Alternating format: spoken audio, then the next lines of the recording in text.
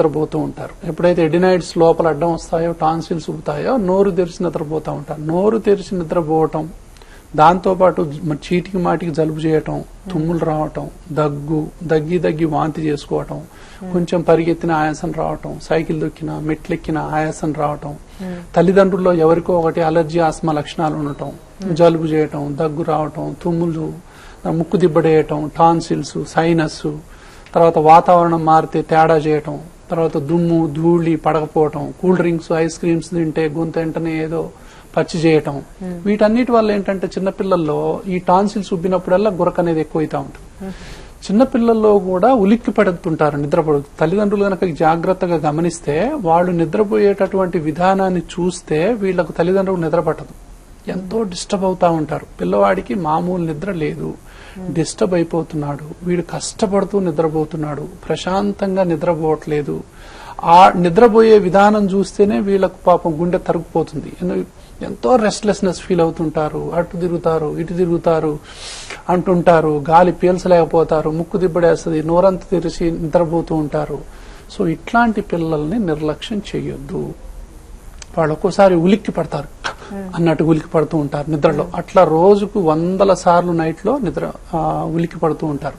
ఇవన్నీ కూడా obstructive sleep apnoea లక్షణాలు. దీనివల్ల ఏమవుతుందంటే చిన్నపిల్లల్లో విపరీతమైనటువంటి మానసిక సమస్యలు వస్తాయి. వీళ్ళు పెరుగుతా ఉంటే పెంకి పిల్లలుగా తయారవటం, అల్లరి విపరీతంగా చేయటం, అటెన్షన్ డెఫిసిట్ డిజార్డర్. వాడు ఒక్క నిమిషం కూడా ఉన్న చోట ఉండడు, కుదురుగా ఉండడు, ఇల్లు మొత్తం పీకి పందిరేస్తారంటారు కదా. సో అలా ఏ క్షణం కూడా ఒక్క క్షణం దీని మీద దృష్టి ఉందంటే ఇంకో క్షణం దాని మీద అలా దేని మీద దృష్టి ఉండదు. అన్ని పోయి పీకుతుంటారు, అది చేస్తుంటారు, ఇది చూస్తుంటారు. అంటే వీళ్ళని ఆపాలంటే ఒక 3 మనుషులు కావాలి. అంత తల్లిదండ్రులు కొంతమంది ఏడ్చేస్తారు, ఈ అల్లరి భరించలేక ఏడ్చేస్తారు తల్లిదండ్రులు. సో దీనికి ఏమైనా మూల కారణం స్లీపా అనేది గుర్తించాలి.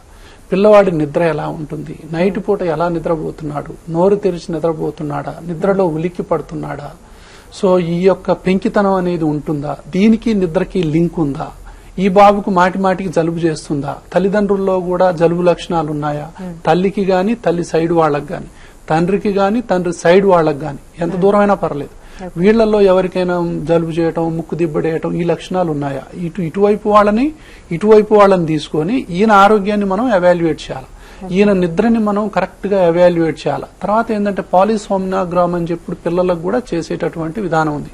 అంటే దానివల్ల ఏంటంటే అబ్స్ట్రక్టివ్ స్లీప్ యాప్నియా ఉన్నాయా, ఎన్ని యాప్నియాలు ఉన్నాయి అనేది గుర్తించి ఈ అలర్జీ ఆస్మా లక్షణాలు ఉన్నట్టయితే దానికి చక్కగా వైద్యం చేసినట్లయితే ఈ టాన్సిల్స్ కానివ్వండి, ఎడినాయిడ్స్ కానివ్వండి, ముక్కు దిబ్బడ కానివ్వండి, సైనస్ కానివ్వండి మందులతోనే తగ్గిపోతాయి. టాన్సిల్స్ తీసేయాల్సిన అవసరం లేదు, ఎడినాయిడ్స్ తీసేయాల్సిన అవసరం లేదు. అన్ని కేసుల్లో ఏదో 100లో 1-2 తప్ప 100లో 100 టాన్సిల్స్ తీసేయటం అనేది ఇప్పుడు లేదు. ఎడినాయిడ్స్ అనేది కనపడ్డప్పుడల్లా తీసేయటం అనేది ఇప్పుడు లేదు. 1 ఎయిర్వే 1 డిసీజ్. కాబట్టి ఏంటంటే ఎలర్జీకి సంబంధించిన మందులు కరెక్ట్ గా మనం వాడినట్లయితే ఇవన్నీ రిగ్రెస్ అయిపోతాయి. టాన్సిల్స్ గాని, ఎడినాయిడ్స్ గాని, ముక్కు దిబ్బడ గాని, తర్వాత ఆస్తమా గాని తగ్గిపోయినట్టయితే పిల్లలు ప్రశాంతంగా నిద్రపోయే అవకాశం ఉంటుంది. వాళ్ళు ప్రశాంతంగా కదలకుండా నిద్రపోతున్నారు అంటే అప్పుడు వాళ్ళ మానసిక సమస్యలు తగ్గిపోతాయి, వాళ్లలో యాక్టివ్నెస్ వస్తుంది, తెలివి మరింత పెరుగుతుంది, తర్వాత ఈ పెంకితనం అనేది కూడా తగ్గిపోతుంది. ఓకే డాక్టర్ గారు, మరి కాలేజ్ చాలా మంది ఉన్నారు, రీసెర్చ్ చేసుకున్నాం అండి. మీరు కూడా డాక్టర్ గారితో నేరుగా మాట్లాడి మీ సందేహాలు నివృత్తి చేసుకోవాలనుకుంటే కనుక 0404779916 0404779917 ఈ నంబర్ లో డయల్ చేయగలరు. నమస్తే గోవిందరాజులు గారు. నమస్తే అండి, డాక్టర్ స్టార్ కార్యక్రమానికి స్వాగతం. డాక్టర్ విష్ణురావు గారు ఉన్నారు, మీ సందేహం ఏంటో అడగండి. నమస్కారం అండి. నమస్కారం అండి, చెప్పండి. నేను 3 నెలల క్రితం హాస్పిటల్కి వచ్చినండి, మీ హాస్పిటల్కి. చెప్పండి. 3 నెలల క్రితం హాస్పిటల్కి వస్తే మీరు పరీక్ష చేసి కొట్టాలు రాశారండి. ఎలా ఉంది ఇప్పుడు? కొట్టాలు రాస్తే నాకు అప్పుడు 2003లో టీబీ వచ్చిందని మీకు ఒకసారి చెప్పిన, ఇప్పుడు బాగాలేదండి, నొప్పి ఉంది బాగా. ఇప్పుడు ఏమైనా ప్రాబ్లం ఉందా? ఊపిరితిత్తు ఒక సైడ్ నొప్పి లేస్తుందండి బాగా, గాలి తీసుకోవట్లే. పీల్చే కొట్టాలు వాడినా తగ్గలేదండి. ఇప్పుడు లాస్ట్ ఎప్పుడు వచ్చారు మీరు?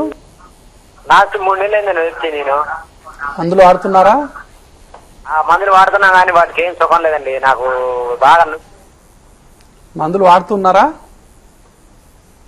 అంటే ఏంటంటే ఇప్పుడు ఎప్పుడైనా సరే ఎవరైనా మందులు వాడుతున్నప్పుడు అలర్జీకి గానీ ఆస్మాకి గానీ ఒకసారి మందులు